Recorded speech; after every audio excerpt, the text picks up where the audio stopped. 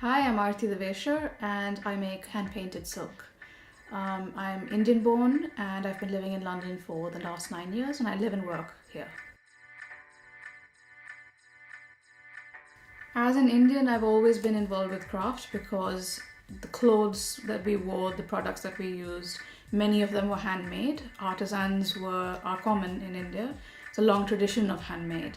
In relation to my own work as a silk painter, I am self-taught and I started experimenting in 2012, and that was my first experience of craft in my own context.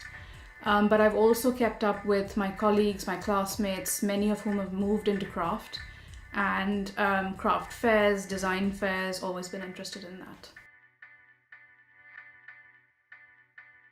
I was experimenting with painting on textiles and then discovered painting on silk in about 2013. And as with most makers that I know, friends and family started to ask for pieces for themselves, and then total strangers used to stop me in the street and ask where I got what I was wearing, mostly scarves at that point. As you do, I started an Etsy shop, and then that seemed to go well, but then about a year and a half into that, I started my own website because I didn't want to be associated with the Etsy brand. I wanted my own. And then it's a fledgling business. It's not my main career as yet, but I hope that will be soon. As a small business, a fledgling business, as I said, I don't think that there are big moments. Not everybody has that kind of overnight success. But I feel that every sale I make, every time somebody's interested in my work, every time I meet somebody at a show and have a good conversation with them about it, every time somebody engages on social media, those are all successes for me. Someone once said that every time you buy a handmade piece from a small maker, somebody does a little dance when they get that order in, and that's very true. I have found social media fairly useful because it gets your work out there, and if you don't show your work, it's pretty much pointless. Nobody really knows what you're doing. They're stuck there in your little studio. It has also helped me to build my brand. It's helped me in terms of understanding what kinds of photographs work, because I mostly use Instagram and Pinterest. It's a very visual thing. So, for example, I was doing flat lays of my scarves and people asked me if they were tea towels, so clearly that wasn't working. So it's helped me kind of build my brand both in terms of photography as well as the way people perceive it.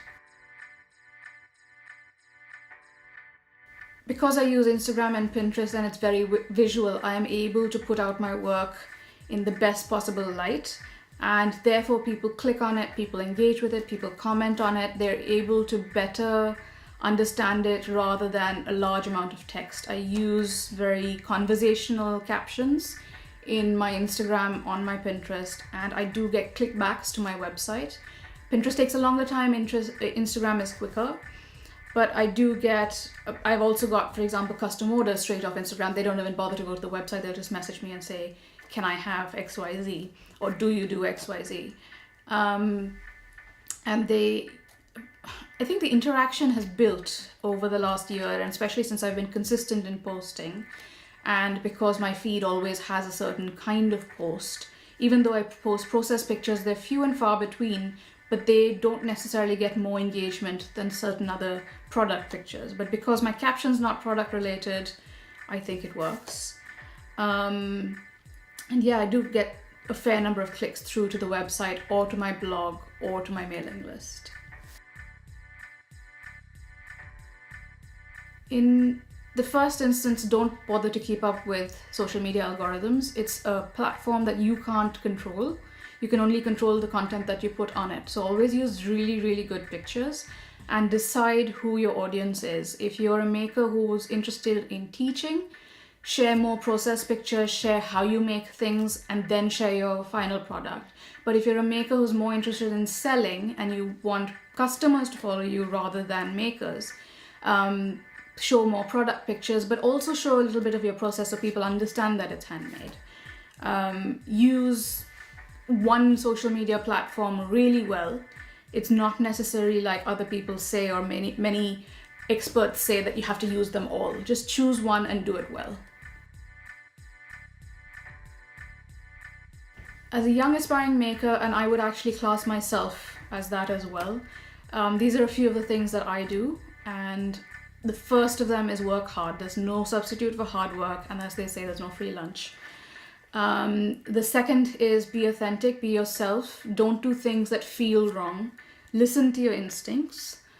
I would also say, think about every opportunity that you have to show your work. Think about it, consider it, see if it's worth doing it. Whether it's paid or unpaid, it doesn't really matter. But if it doesn't suit your brand, if it doesn't suit your work, don't do it. And also, don't be pressured into doing work for the exposure where it's unpaid. I know a lot of people ask people in the arts to do this, and it's really not fair. You should be paid for the work that you do, and you should think about it as a job. Don't just think about it as a hobby. Also, lastly, but most importantly, have a business plan. Price your work well, but not unrealistically. Price it at a place where you want to be and where you can make a career out of it.